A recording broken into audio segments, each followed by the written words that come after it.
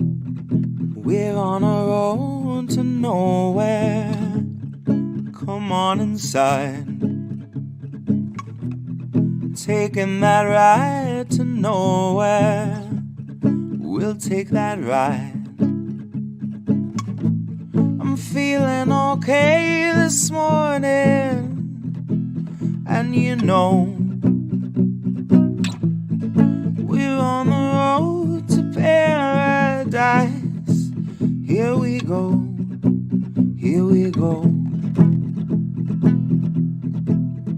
There's a city in my mind. Come along and take that ride, and it's alright, baby, it's alright. And it's very far away, but it's growing day by day, and it's alright, baby, it's alright. Would you like to come along, and you can help me sing this song, and it's alright, baby, it's alright.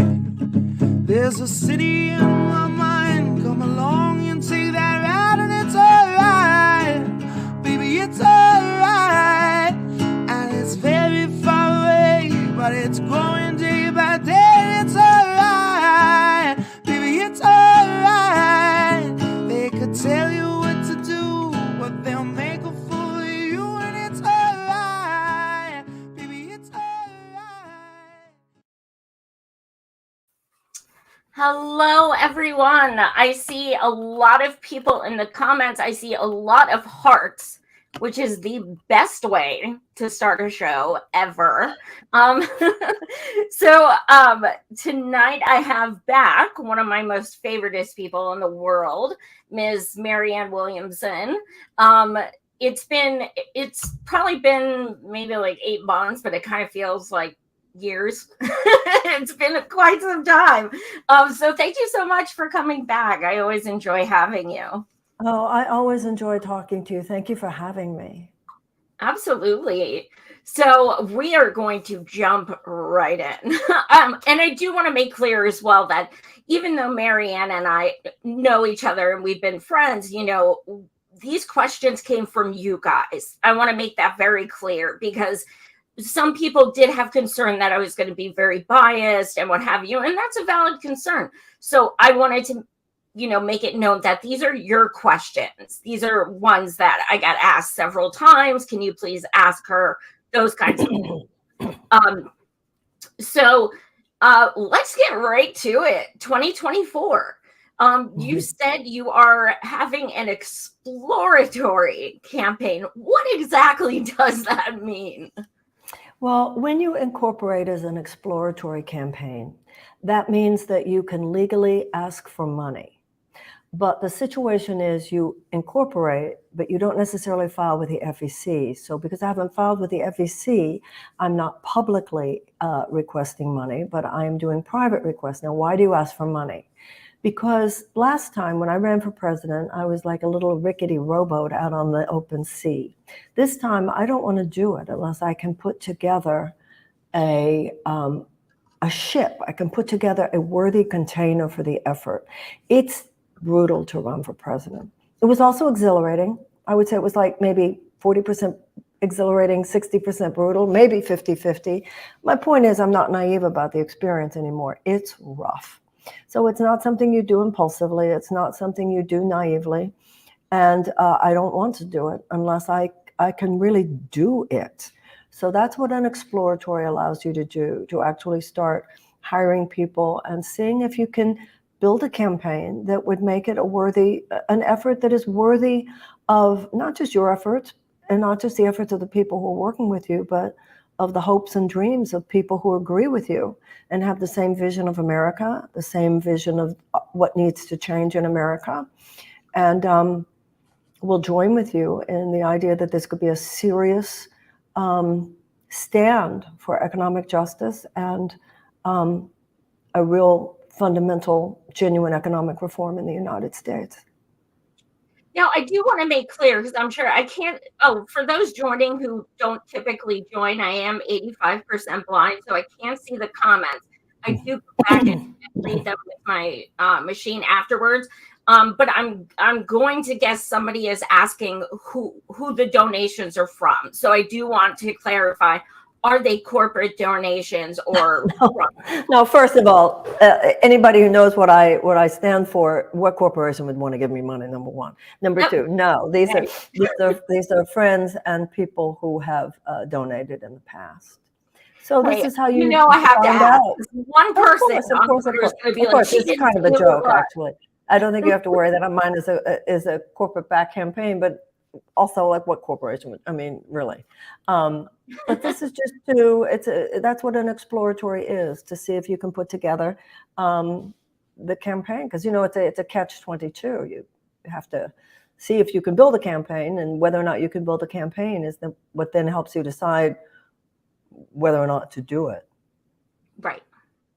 So also you've made statements that you would likely run as a Dem, but if they treated you poorly, so to speak, you would then go and continue running as an independent. Well, what I have said is that if we look back at the Republican debate stage, early on, when the moderator said to Donald Trump, if you do not win the nomination, will you still support the Republican nominee? And Donald Trump said, it depends on how you treat me. Now, at the time, I'm not a Republican, so I didn't really care that much, but I thought it was just, I don't know what kind of reaction I had to it. In retrospect, I thought, you know what? That's the right answer. That's all. So you've heard me say that. I'm not, once again, I've run. And not only have I run, but I've also seen what everyone else has seen. I understand how the DNC works. I understand it on a cellular, visceral level. I understand the viciousness. I get it. There is a pre-prescribed agenda, and you are supposed to be someone who they see as articulating that agenda and or perpetuating that agenda. A little tweaking here, a little tweaking there. We know that they didn't appreciate the fact that Bernie had a different agenda. So once again, I understand that that exists, but I also understand that I was saying in an interview earlier today, I understand that they don't appreciate any deviation from their pre-prescribed agenda. To me, that is a reason to run as a Democrat. The whole point is to inconvenience those who most need to be inconvenienced. When I do this, if I do this, they will try to invisibilize me. And if I run as a third-party candidate, they will have such an easier time doing that. So the point is to try to debate this president. The point is to try to own the kind of power. Remember, those of us with progressive political values are aligned with the majority of the American people. I don't want to just make a point. First of all, I've made a point. And secondly, there are far less painful ways of making a point than running for president, let me tell you.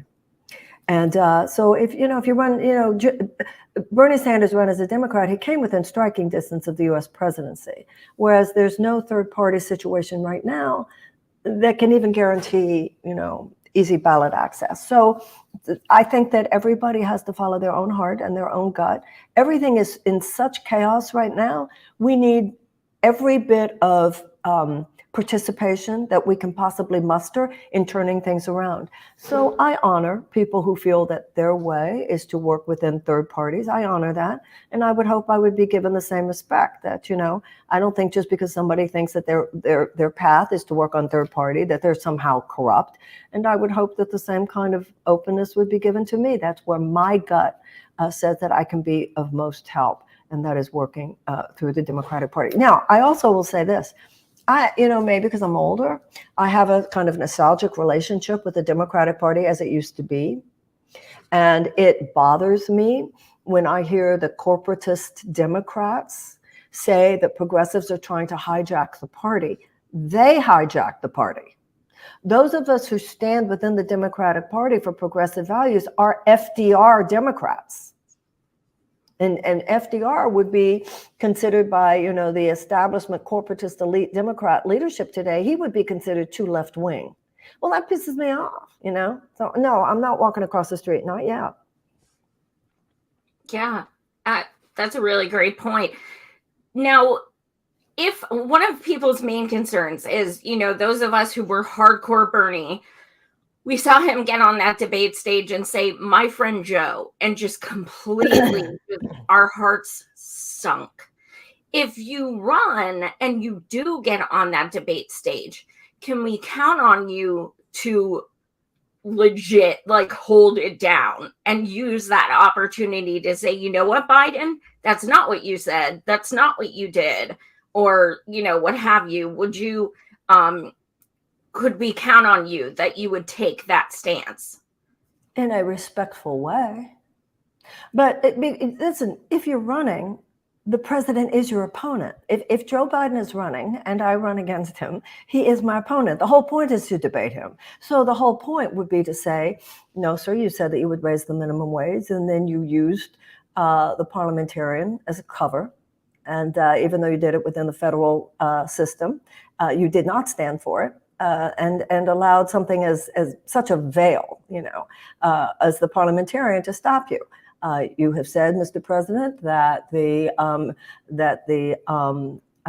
climate change is an existential crisis, but you've actually given more permits for oil drilling than Donald Trump did. You have actually, with your permits for offshore drilling, you have actually helped build more infrastructure for fossil fuel extraction at a time when we should absolutely be shutting down.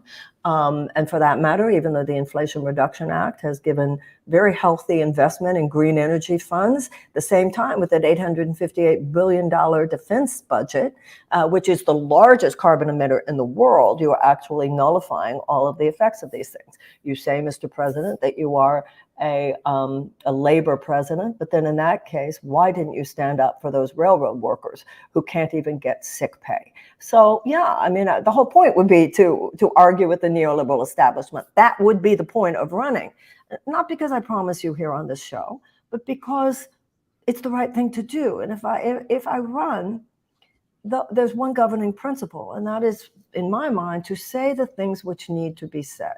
The incremental changes represented by the Biden administration, some of which I can appreciate and admire, are simply not enough. It's not enough, and it's not fast enough.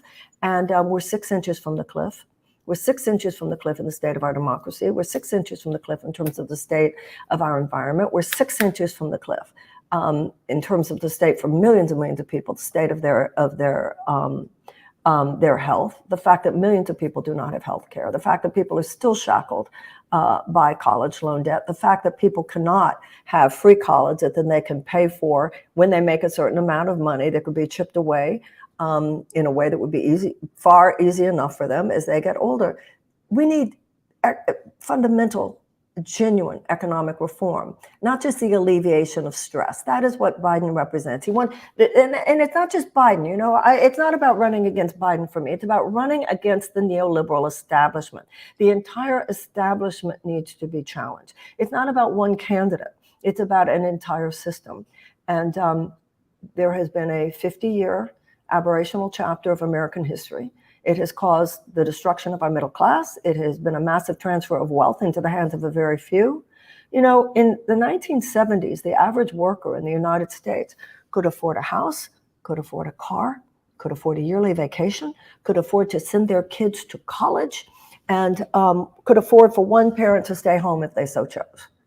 These were policy decisions that changed this. These were tax policies, these were subsidy policies. This was the entire shift into stockholder rather than stakeholder capitalism that occurred over the last 50 years. And that's what needs to be challenged. And if I do run, that will be the purpose of my campaign. It will be the intention of my campaign. And if I do run, I will be giving myself fully to that effort. Now, you did mention the defense budget. I'm not sure why they call it that, because it's really not. It's more like a war budget. But that being said, right now, hot topic, obviously, Ukraine. And right now, when you look at articles of breakdowns of what the money we're sending them is going to, it is going to cover their healthcare and their college. So what is your take on us, giving the blank check to Ukraine for months and months and months and months, and giving them the healthcare and education that we do not have? Well, the vast majority of that money has to do with our military support of Ukraine. The fact that sometimes people say we shouldn't be spending it on defense, we should be spending it here. But of course, we should not have the $858 billion defense budget. It's obscene. War profiteering is a crime, but now it's treated as like an industry. But at the same time, I don't think every war is the same. The war in Vietnam was a criminal enterprise in my mind, and obviously a spectacular failure. The war in Iraq was a criminal enterprise and a spectacular failure. Certainly the last 20 years and Afghanistan or that. Ukraine to me is kind of like when I was a child, and there was this thing you'd see in books all the time, and it was, depending on how you looked at it, it was either a vase or two faces looking at each other. So people who have the same values, for instance, anti-imperialism. Some anti-imperialists say that we shouldn't have the war in Ukraine. Other, for the same reason, and I'm one of those as an anti-imperialist. I don't think that I'm supposed to care about the imperialism of the United States, but not care about the imperialism of Vladimir Putin. I spend a lot of time in Europe. I have a daughter who lives in Europe. Lefties in Europe do not look at it the same way we do. In fact, the lefties I know in Europe can't believe how soft a lot of the left in America is on Vladimir Putin. The question is this World War I or World War II? So yeah, there are a lot of people on the left with whom I disagree on the subject of Ukraine. I understand the war machine is an obscene thing. I understand that. It exists. And I think that I've written enough books about it and taken enough stands about it, including, my presidential campaign. I have the scars to prove it. I have taken a stand on this issue. And I understand the United States and NATO. I understand the things there that should not have been done. I understand about the Aegis missiles in Poland. That should never have been put there. I understand that, Putin wasn't shown enough respect. I can't even believe the amount of people who died on this planet because some man's ego got bruised. But none of that, to me, justifies what this man has done. Ukraine is a sovereign country. A lot of people, particularly on the left, act like all that's going on here is the United States and Russia. And that's not the case.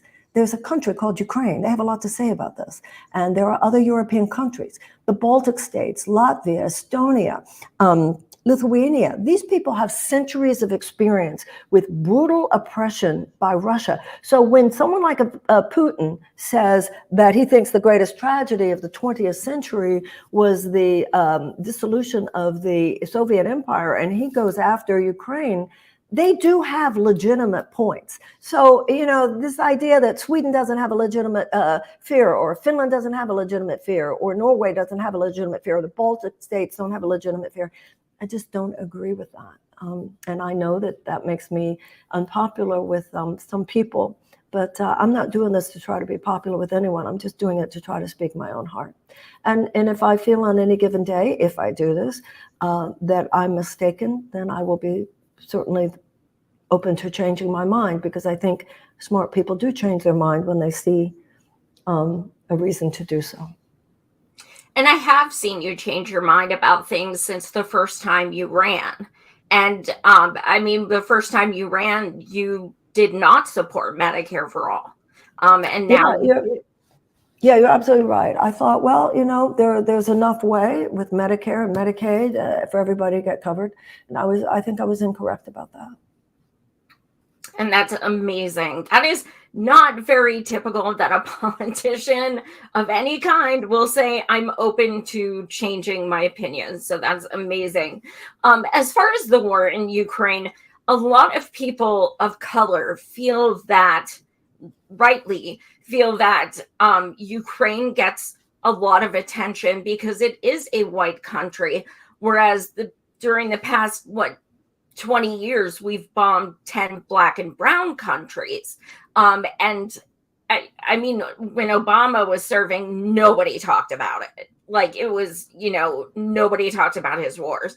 There wasn't really a lot of social media, so that could be part of it. But, now it's way more in view. Do you think that there is some perhaps underlying racism with this. Absolutely, I do. I think they've got a legitimate point there, and it's important to raise it. I don't think that that's incorrect, and I think the war in Yemen is another example of that. It is hideous that we are playing up to the Saudi Arabians. It is hideous that we would be selling them arms. It is hideous that we are not taking the stand which Biden said he would take related to the Yemeni war. And I think Black America is absolutely right to point that out. Once again, they're right, and that doesn't mean that the Ukrainians deserve to not be supported. One of the things that people, rightly talk about a lot is our blank check to Israel. It's been that way. And we do give so much to Israel. And now that Bibi Netanyahu is back in charge in Israel, nothing has changed. We're still giving them so much money and everything like that. What would be different if you ran and got elected?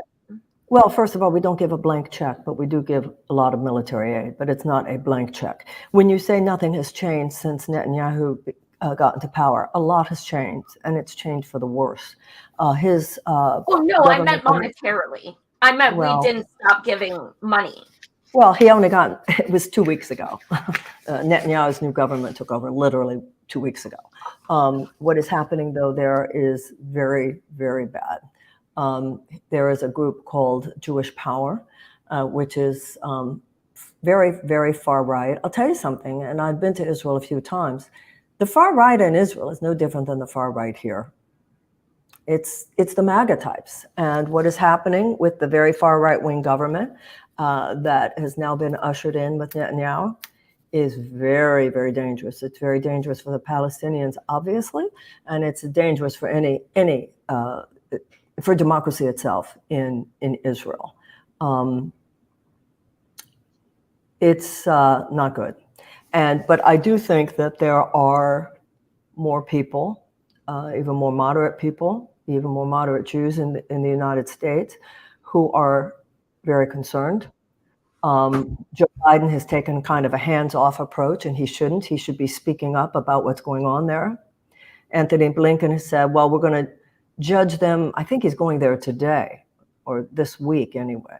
He was saying, well, we're going to judge them by what they do. But first of all, we should be talking more about what they've already done. We should be talking about the settlements. We should be talking about the illegality of the occupation. We should be talking about the fact that international law, first of all, you can't just occupy territory ad infinitum. Also, when you occupy territory, according to international law, that doesn't mean you get to annex it. And it also means that the resources, according to international law, the resources of that occupied territory are to go to the people themselves.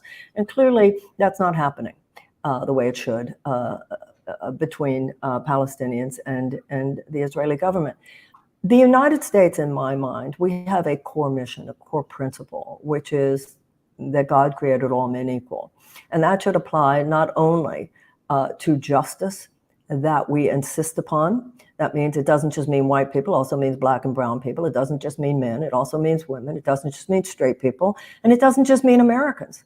So the United States should give equally robust support to both the security and the human rights of both Israelis and Palestinians. And at this point, with what Netanyahu's government is now, I can say as a Jewish woman, but also as an American, my support of Israel should not be at the expense of my Jewish values, and it should not be at the expense of my American values. And that's simply the way it is. And that we need an American president who will say that. So I kind of digress. You have said you want a Department of Peace if you win. So, there's different councils and what have you. What would that look like? Okay. So there are 4 factors of peace building. And peace building is a specific thing. So these 4 factors, when present, statistically indicate that there will be a higher level of peace and a lower level of conflict. Number 1, expanded economic opportunities for women. Number 2, expanded educational opportunity for children.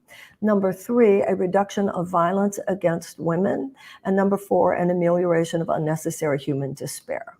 We need to, the way I look at the US military, I look at the military like a surgeon. If the United States needs surgery, we should have the best surgeon. But sane people try to avoid surgery by proactively cultivating health. So you can't just have ways to wage war. You need to proactively wage peace and try to cultivate peaceful conditions. That's why we should have, whether it's in a corner of the United States or in another corner of the world, we should be spending our resources on peace building. Right now we have charitable efforts, but you can't even compare. You have the $858 billion defense budget. You have something like a $40 billion, I think, State Department. Then within State Department, there's something like the USAID, which is something like 20 million. So when you look at the resources that we spend on proactively waging peace versus the resources that we spend on proactively waging war, there's no comparison. And we all know why. That is because there are corporate profits to be made waging war. There are not short-term corporate profits to be made waging peace. Just like there's more corporate profits to be made in adding toxins in our food than in making sure that our food is healthier, that our air is healthier.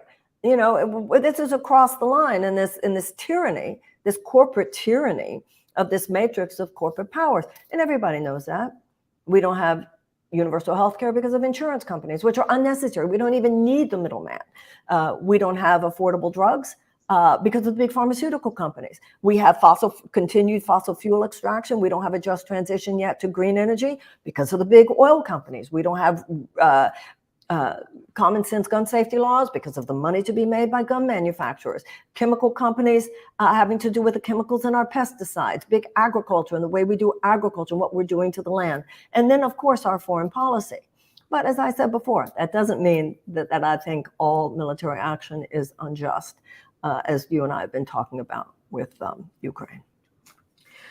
As far as 1881A, we've discussed that.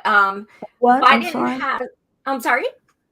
I didn't hear what you said. I'm sorry. Oh, 1881A, the essentially like you get Medicare for all immediately by signing it, which Biden had the ability to do because of the pandemic. Is that something that you would enact if you were president? Absolutely. He could have just declared a medical emergency. And everyone should have had a universal health care. I think one of the most important things also is the role of the bully pulpit. I think more Americans are coming to realize, and I think in large part because of the pandemic, more Americans are beginning to realize how really screwed they are. Not by people to their right, not by people to the left, but by people above them.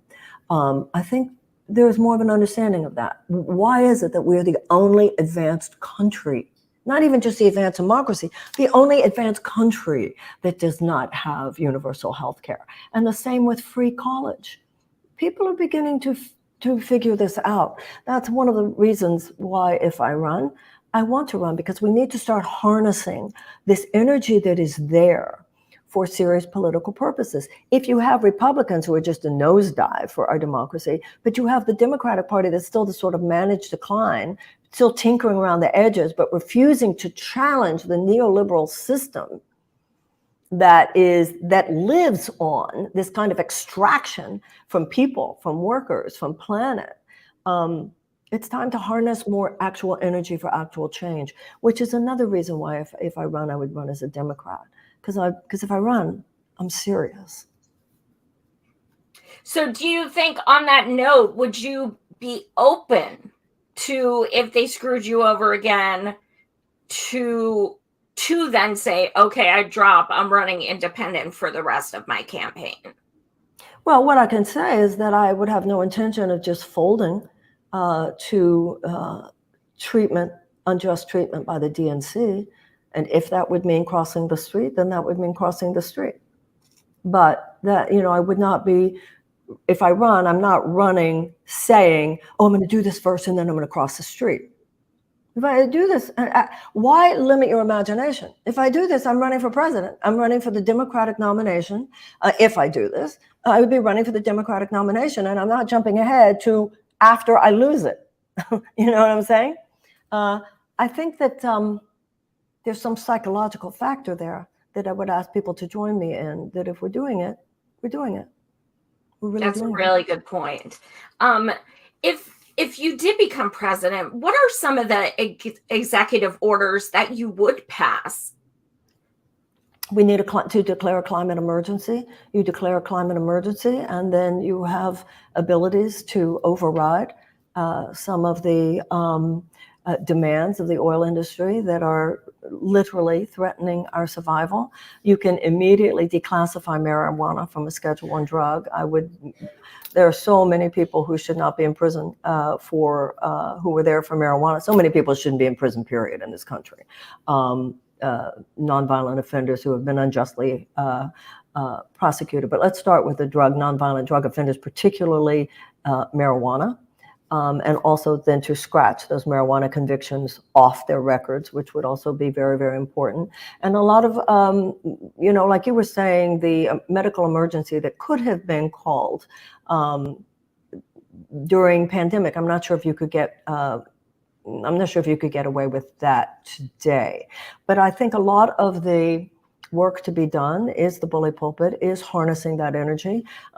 So the people are not only electing a president with the values that are aligned with what the majority of the people want, but also really helping people to understand how important those congressional elections are, particularly the midterms, which I think a lot of lefties have tended to sort of keep out, but also to recognize the importance of those primaries, because that's the same kind of suppression of progressive voices that goes on in presidential elections, goes on the level of congressional primaries as well. Kind of heartbreaking. That's why I was doing the candidate summit. There were so many wonderful candidates who were running for Congress this time and just were so beaten down by the machine. I have great respect.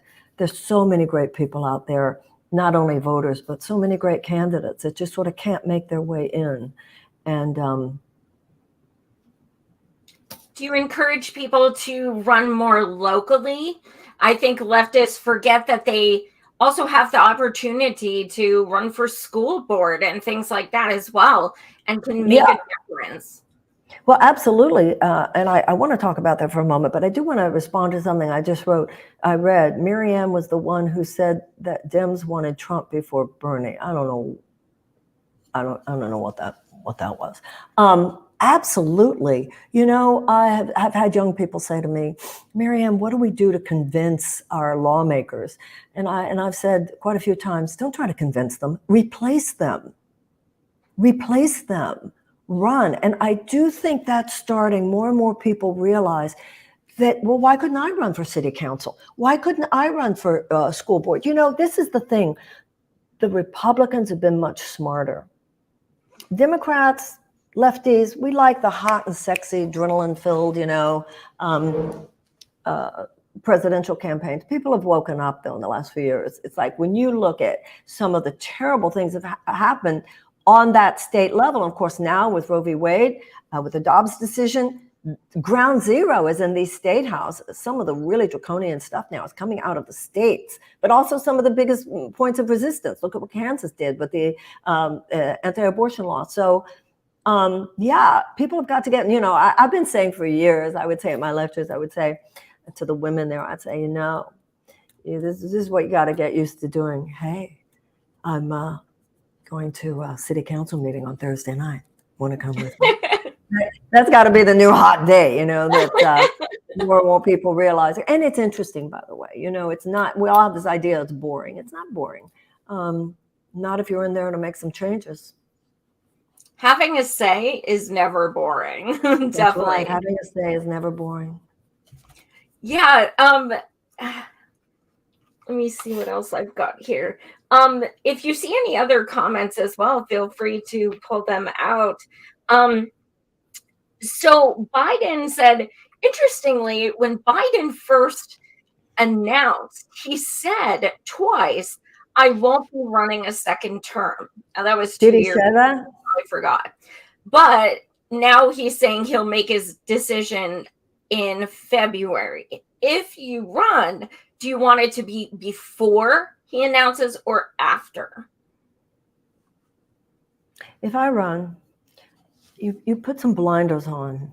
It's irrelevant what other people do. If you feel that you have something to say that you do not see said elsewhere, if you have a stand to make that you don't feel anyone else is going to be making within that system, then you go for it according to the timing that has to do with when you can get it together to make it happen. And when Joe announces or what he announces can't be your deciding factor. Right. So have you considered, if you do announce perhaps a potential VP? I think about it. And have you talked to this person / people? No, I think probably some other people I'd want to talk to wouldn't be interested in talking to me. I'm not sure. Excuse me. So no, nothing like that has happened. That's all just in my head. Well, who would be your ideal VP, alive or dead, whether you know them or don't? Oh, it could be a dead person too. You mean I could ask Abraham Lincoln? I could ask Abraham Lincoln or FDR to be my VP. Seriously, someone, this is how I look at Washington, okay? Washington is filled with political car mechanics and some very good political car mechanics. The problem is we're on the wrong road. So we don't need more technicians. We need a visionary, and we need a visionary to drive the car. And if I run, it's because I believe that I can contribute on that level. But I would want to hire the very, very good political car mechanics that exist in this town. A lot of people say about Trump, oh yeah, we've had somebody who wasn't, in the political system before, and look how that turned out. The problem with Trump was not that he was politically inexperienced. The problem with him is his lack of character. There were plenty of even Republican political car mechanics that he could have brought in, to run his administration. When Steve Bannon said they were there to dismantle the administrative state, they were there to destroy things. So that's what he brought in. So I would, listen, I have not served in the Senate. I have not been a governor. I've not served in the House. So obviously I would want someone at my side as vice president who really was one of the best of the technicians, shared the consciousness that I'm interested in, shared the values and the agenda, but really knew how to work that system. And I also, if I might, I want to point something out about this, she's not one of them, she's not qualified stuff. In the Constitution, it says that in order to be president, you have to have been born here, you have to have lived here for 14 years, and you have to be 35 years old.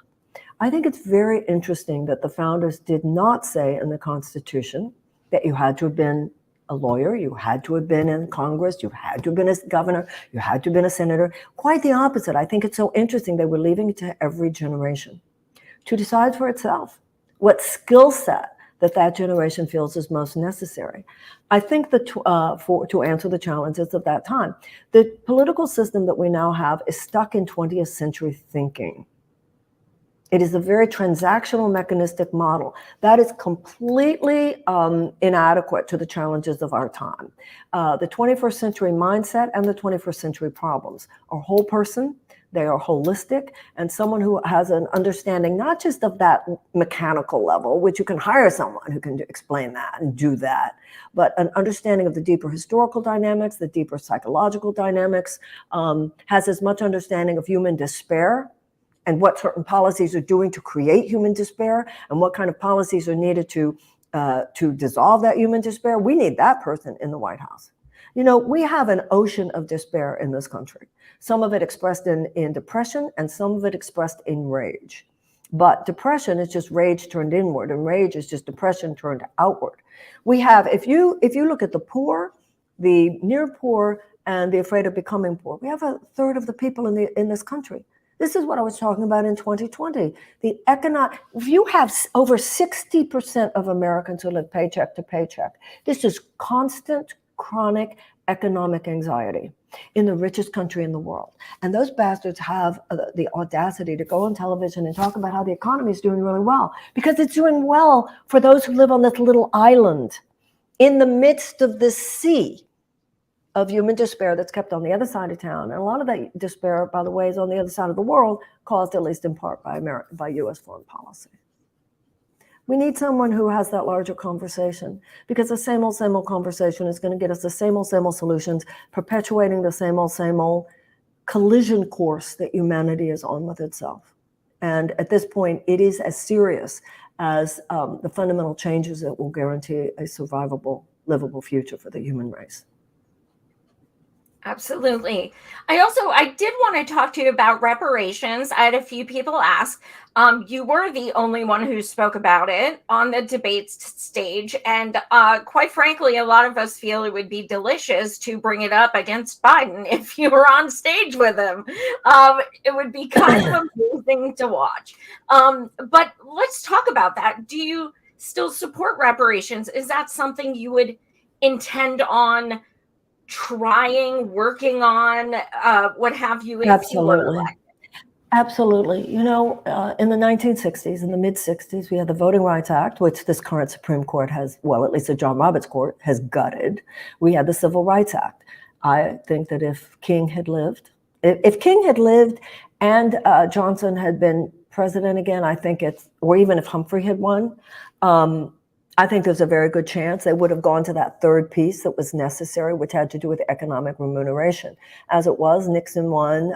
His domestic policy advisor was Daniel Patrick Moynihan, who later became a senator in New York. And Moynihan said to Nixon, you know, enough, there's been so much racial drama with the civil rights movement.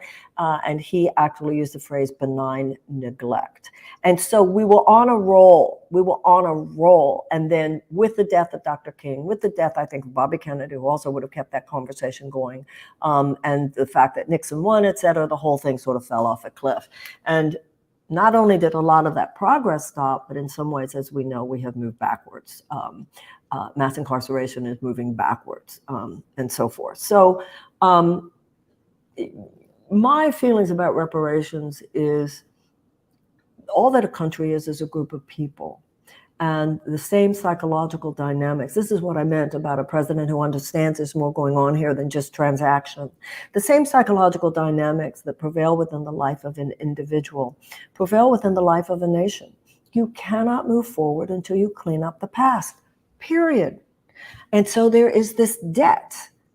And I'm not saying that we have not in many ways made great progress. Of course we have. What we had is a civil war. We had a civil rights movement. It would be dishonoring our own ancestors, Black and white, to deny the positives, but it would also be delusional to deny the problems that still exist and some of the ways in which things have actually gotten worse over the last few decades.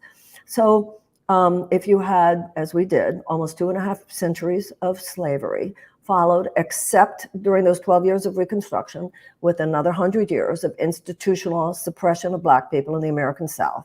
That's 350 years.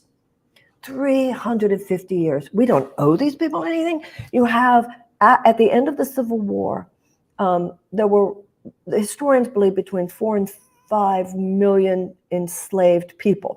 But remember, the first slave ships had come over in 1619. And then I can't remember, it was the early 1800s, it must have been, that the cotton industry had really revved up and there was more slave trade. More raping of slave women so that their children, all of the horrors, the unspeakable evil of the institution of slavery. I mentioned before, I'm Jewish. At the end of World War II, Germany paid $89 billion in reparations to Jewish organizations. There was full mea culpa. There was reparations. Also a guarantee that German children would be taught Holocaust education in perpetuity. All three of those things. And any person who is aware of those situations knows those reparations and those measures that I just mentioned have gone a long way towards not only economic restitution. I mean, no money can make the Holocaust have been okay. No money can make slavery have been okay. But those reparations were part of a psychological and an emotional repair between Germany and the Jews of Europe. Now, that war was over in 1945. We're talking about since 1865 and 1960, and we're still passing this toxic baton. So yes, I would want to be the American president who says, we're not going to have a study. We don't need a study. We have the evidence. I want to form the council of Black leaders, sit down and start putting some plans on the table and get this thing done in our generation. It would be such a profound gift to our children and to our children's children. Awesome. So with that being said, do you, a lot of us would like a president who actually works with people who these things would affect. I would like someone who works on, criminal justice with people who have been incarcerated, people who it's actually affected, meeting with them, even if they're not on the cabinet. Is that something you'd be willing to do? I'm a little confused. You mean in terms of cabinet secretaries? I'm not sure what you're. I've been an activist for decades. I have worked very closely during the AIDS crisis, very closely with people who were critically ill. My humanitarian work, including work at prisons. I've done plenty of work with people whose lives were in trouble. And if I had not, I wouldn't have the passion about these things that I have. I think I'm very socioeconomically well-traveled. I've spent serious time with those who have a lot in this country and serious time with those who have far, far, far too little. And I think that's what gives me the view of how America really operates and has given me the motivation to do whatever I can to do something about that. Absolutely. And you have done a lot. No, I just meant, like, if you are working on a bill for criminal justice, are you prepared to sit down with the people who criminal injustice has affected? So you that's can not just that's much bigger than would I be willing. Good leadership would demand it. That's what leaders do who want to have a serious understanding of what's going on here. That's kind of what I meant before, that it can't just be transactional. It has to be a deep understanding of the heart. What is going on? What is your experience? What is it that you think we need? Someone who has actually had a problem, been through a situation, that's the person you want to go to and say, what is going on and what do you think we need to do about it? Not what the economists think we need to do about it, not what the business people think we need to do about it, what the lawyers think we need to do about it. What do you think we need to do about it? Right on. I believe my mod is here. Vegan, if you are in here, if you find a comment or question for Miss Marianne, if you could it so it goes on the screen and then she can read it. I kind of want to try to make this interactive, but I can't read them myself. So also, while we're waiting for her to bring one up, I gotta give you a shout out from earlier because I thought it was amazing. When people go at Marianne on Twitter, she goes in the comments and she will discuss things with people. And another channel was saying not the nicest things, and Marianne came in and said, I'd be glad to go on your show and discuss this with you. And I like, that kind of shit gives me life. Seriously, because I'm like, in a free society, we don't all agree with each other. We don't have to. No one has a monopoly on truth. This idea of shutting people down because they have the audacity not to agree with you about everything, I think we do that as much on the left as on the right, and it's terrible. We're not going to agree with everything. I know that a lot of people don't agree with me on Ukraine, for instance. Well, that doesn't mean we don't agree about a lot of things, and that nobody has a monopoly on truth. And I think it's scary when I meet somebody who says, I'm the only one who has the truth and you're wrong. That's not respectful debate. That's not even sophisticated conversation. So we can learn from each other, but not if we just close our hearts to each other and close our minds to each other. That's not an intellectual. An intellectual has an open mind. And some things we're simply not going to agree about. That's okay too. Yeah, absolutely. There's definitely not a lot of discourse. There's a lot of pejoratives and insults, unfortunately. Yeah, and I remember speaking with you before you did the Medicare for All march in DC when you were our keynote. I remember seeing you in DM and saying, you know what, people are being such jerks. If you don't want to do the speech anymore, I completely understand. And you said something like, you know what, Joy, I ran for fucking president. I can handle it. And I was like, I mean, that inspires me because well, you know, I let that stuff get to me sometimes. I'm not gonna lie. So, well, it's very painful. But you know, there was a term in AA, contempt prior to investigation. That's the part that blows my mind. People who talk about my books who never read them, people who talk about my lectures who never heard them, people who talk about my views who haven't really investigated them, people who wouldn't think that they would be swayed by bullshit on the internet, but when it comes to me, they sure are. People, I don't know, they don't like that I'm a boomer. I can't pretend to not be who I am. I am the age that I am. I think maybe because I'm from Texas, I appear to have big hair even when my hair is not big. I don't know. There's something about my personality just pisses some people off. And I have come to understand that. And I hope that if I run again, I will be able to ignore more. I'm not looking forward to the brutality of it all if in fact I run. And I'm aware of how mean people are. You wake up every morning, somebody, some article lying about you, people saying horrible things about you on television. It's rough. It's a rough out there. But then I ask myself, like when I hear people say, oh, it's too traumatizing. Don't you think it was traumatic to walk across the bridge at Selma? Look at what the suffragists went through when they were marching for suffrage, and then they were thrown in prison, and the conditions in the prison were so awful that they went on a hunger strike. And the response of the prison officials was to send men into their cells to put these metal contraptions on their necks and force feed them. Don't you think they were a little anxious? This generation has got to find its courage.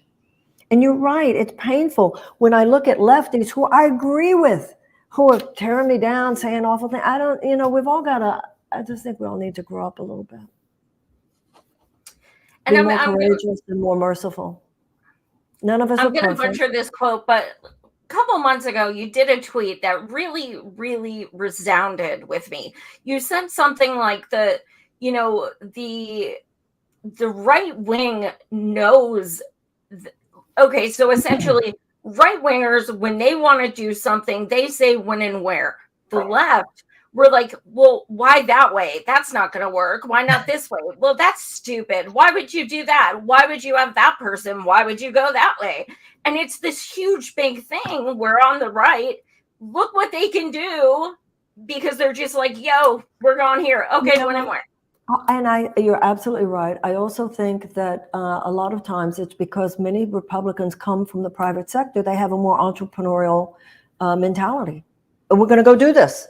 It's so interesting because when I've talked to people how I might run, so many people say, well, you couldn't win. And I have to remind them, first of all, that Donald Trump became president, who was the essence of, well, he couldn't win. But more than that, why do you cut yourself off? Before, it's like one friend of mine was saying, well, I think that I don't know if she could get very far, but I think her voice should be out there. And I said, well, if that's all you can give me, I'm not going to do it. Because if that's all the energy that can be mustered for a progressive challenger to the president is, well, maybe we'll get the voice out there. Then no, I don't want to do it. Why should I have to go through that if that's all the energy that can be mustered on the left? And if people say, well, I don't agree with about every little thing, so I'm not going to, that's really the discernment process I need to go through now. I think that there is great value in a serious progressive challenger to the president. that hasn't been If done. not enough people agree with me, huh? What'd you say? It hasn't been done in 42 years. Well, yeah, I mean, yeah, to a sitting president, correct. Yeah. I mean, that's pretty intense, because 42 years, nobody has had, I'll say it, the guts to even do, to even talk about doing it. We know some people are going to be like, oh my God, like people tell you all the time, you hate the Democrats. And I love it. But yeah, I mean, there are going to be people like, how dare you challenge Biden? Because they are the sycophants who will not acknowledge his flaws.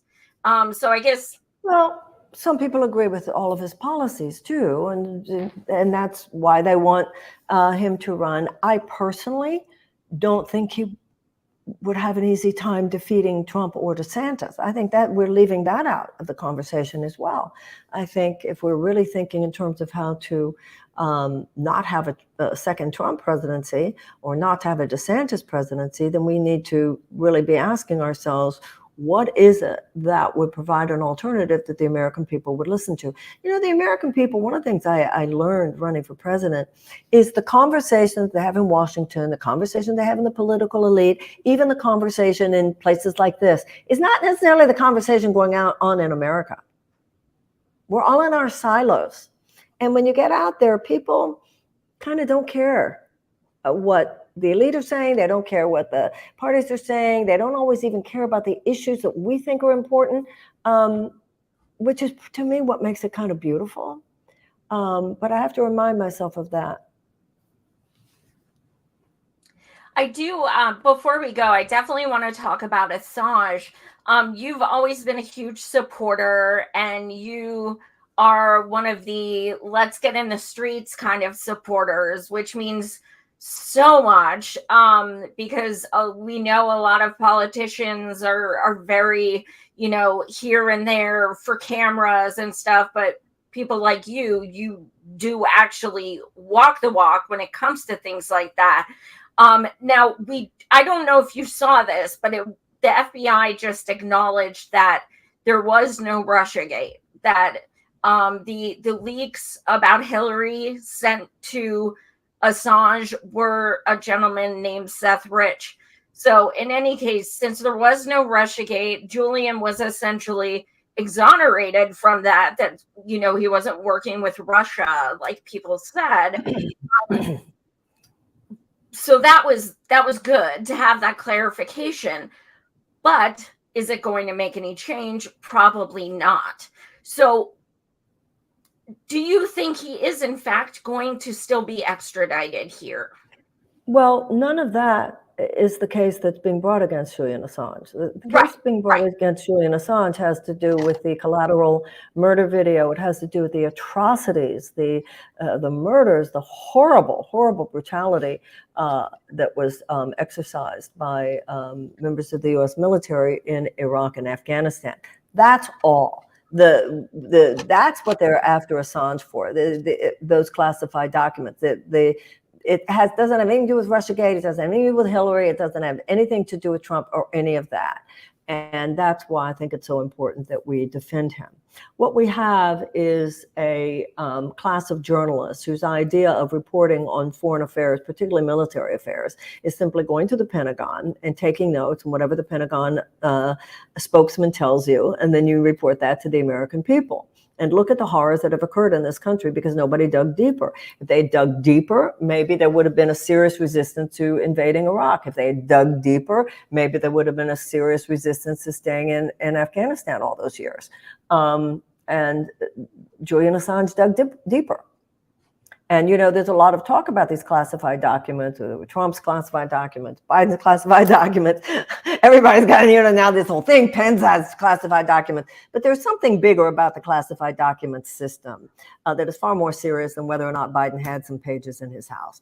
It has to do with the fact that the government is only supposed to be able to classify documents if they can, if they can legitimately argue that for that information to be out there would be a threat to national security. What has happened over the last few years is that the government just classifies anything that they find it inconvenient for you to know. So then what happens is that the reporter, if the reporter were to say, well, what's in there? Well, they say, oh, we can't tell you, it's a classified document. So the reporter says, but what's it about? And they said, well, can't tell you because it's classified, but it was only classified because they didn't want the people to know. So that's why this is a free press issue and a free speech issue. It has nothing to do with his personality. It has nothing to do with whether you agree with him about Russiagate. It isn't about that. It's about the fact that he revealed atrocities. When this is why Daniel Ellsberg has been such a passionate supporter of Julian Assange. What he said he did with the Pentagon Papers, he said that there was worse. And yet we had a Supreme Court at that time that said the Washington Post could print the Pentagon Papers. And we had an American people at that time who really got that atrocities committed by the US military were terrible. When I was young, during the Vietnam War, there was something called the My Lai Massacre, where some US soldiers went into a village in Vietnam and massacred people. It was very terrible. The good news about the bad news is that the nation was horrified. That's what kills me today. It's how many people we have so normalized atrocious behavior, personal and collective, that we don't even, so people don't realize that what Julian Assange did was put the mirror up to America about some things that we desperately need to know about and we need to react to. And if we don't know these things happen, then how will there be a reaction? So this man has suffered so much. It's time. And it's just sad to watch the British government just be pussies to the US and keep him in Belmarsh prison in terrible conditions. I've become friends with Stella, his wife, who I just think the world of. It's just so sad. This man should be let out. This man should not be prosecuted. Not at all. If you were, and I mean, this is conjecture, it's hypotheticals, but if I were president, would I drop charges against Julian Assange on day one?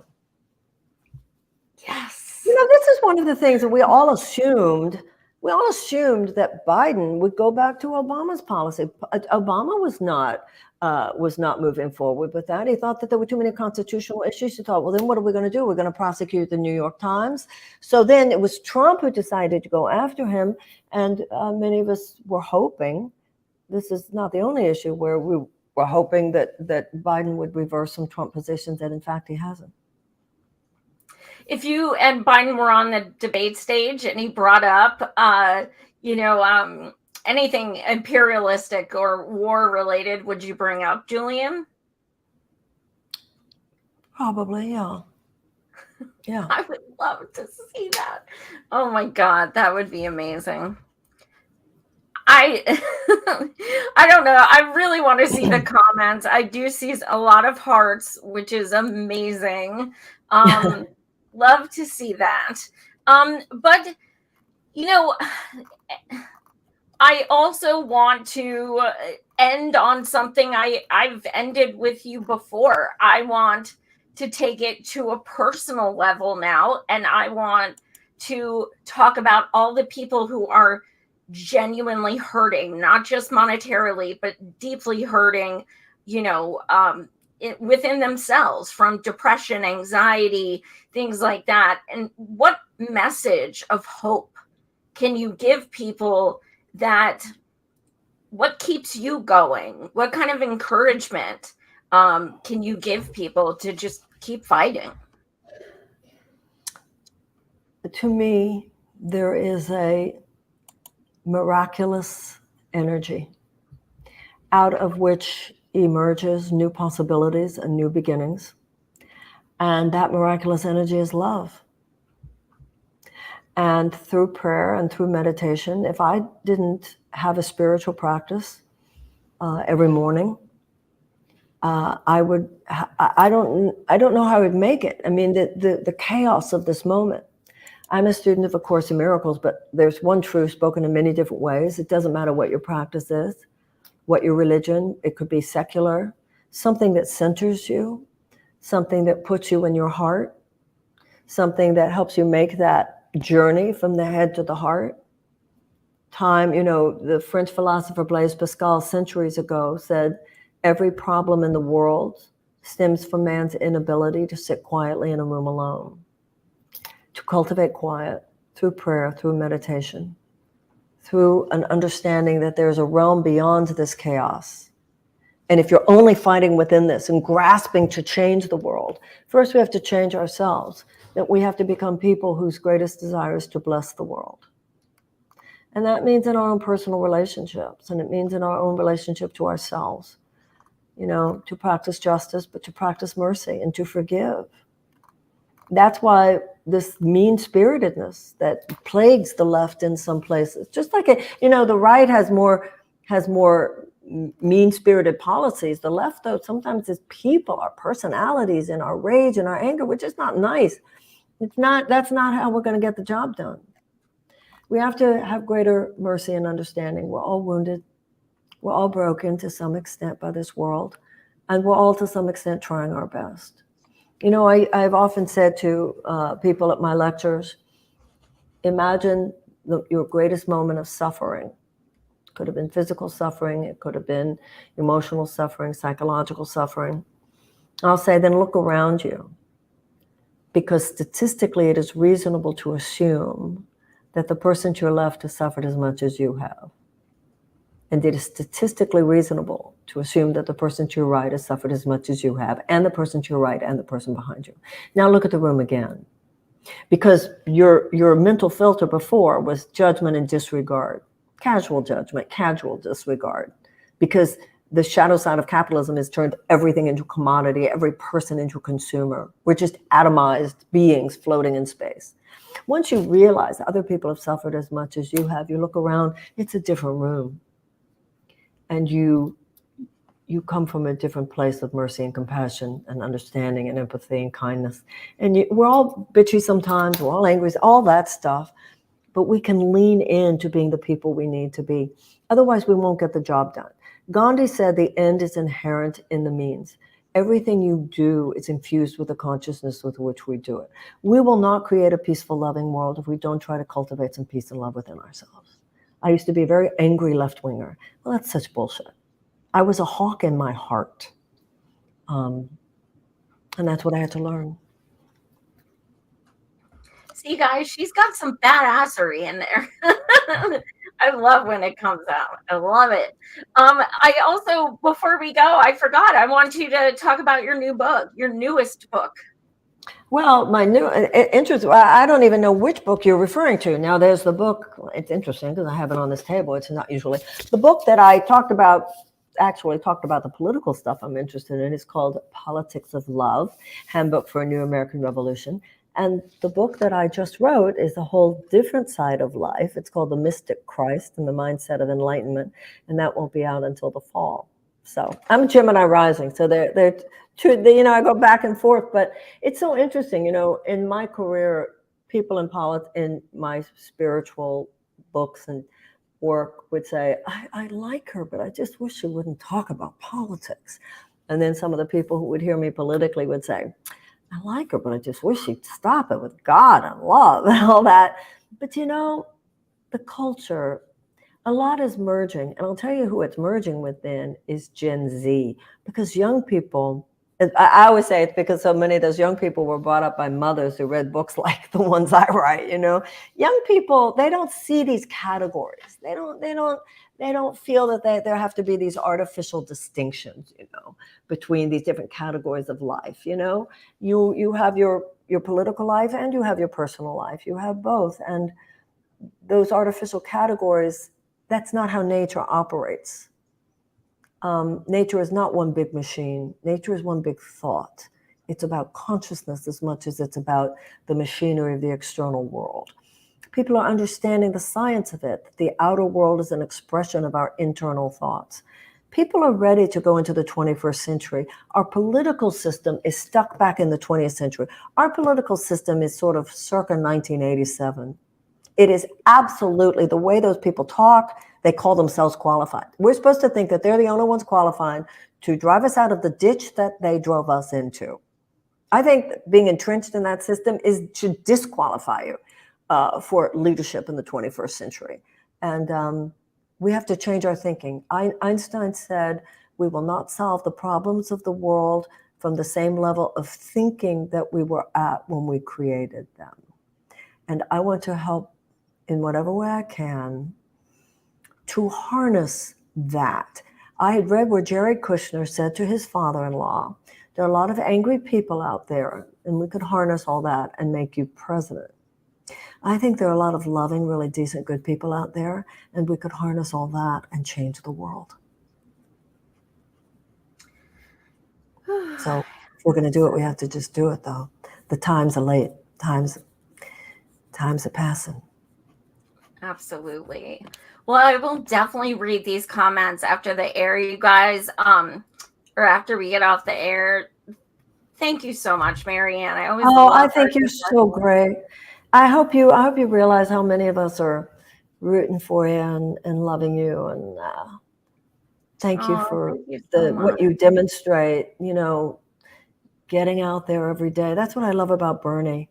They've treated him so badly. He still gets up, gets out there every day. And that's what we need to demonstrate to one another, that we're out there when I don't want to hear about your trauma today. I don't want to hear about your wounding today. I want to hear about what great thing you're doing today and how I can help you. And that's how I see you. I admire you so much. Oh my gosh. Thank you so much. Much love to you. I'm sure I'm blushing. Well, thank you again. You're welcome anytime. Thank you guys so much for watching. God bless you, everyone. What's that? I just say God bless you, everyone. Anyone who's watching, please smash the like button, the subscribe button. I don't know what happened, but YouTube knocked off like 3,000 of my viewers. So please check and see if you're still subscribed. And I do have a Patreon for anyone who would like to chip in $3 a month, just to help me with my streaming equipment and all that fun stuff. And Monday, I will be welcoming back a friend of both of ours, Mr. Stephen Donziger. So I know you love Stephen as well. This man, Justin Franco, says here, Marianne is qualified, but she's also a joke. The left will be marginalized even more with her leading a primary. A jerk. A joke. This is what I want to say to you, Justin Franco. Maybe I'm a joke in your mind politically, but as a woman, I'm not a joke. No woman is a joke. No man is a joke either. Thank you. God bless you, honey. Talk to you later. Bye. See, talk to you later, Joy. Even her comebacks are sweet. I need to learn that. I really need to learn that. you just be exactly who you are. So much, and thank you guys so much for watching. Subscribe to my Rockfin as well, please. And yeah, tune in Monday night. Thanks again. Bye, everyone. Bye-bye.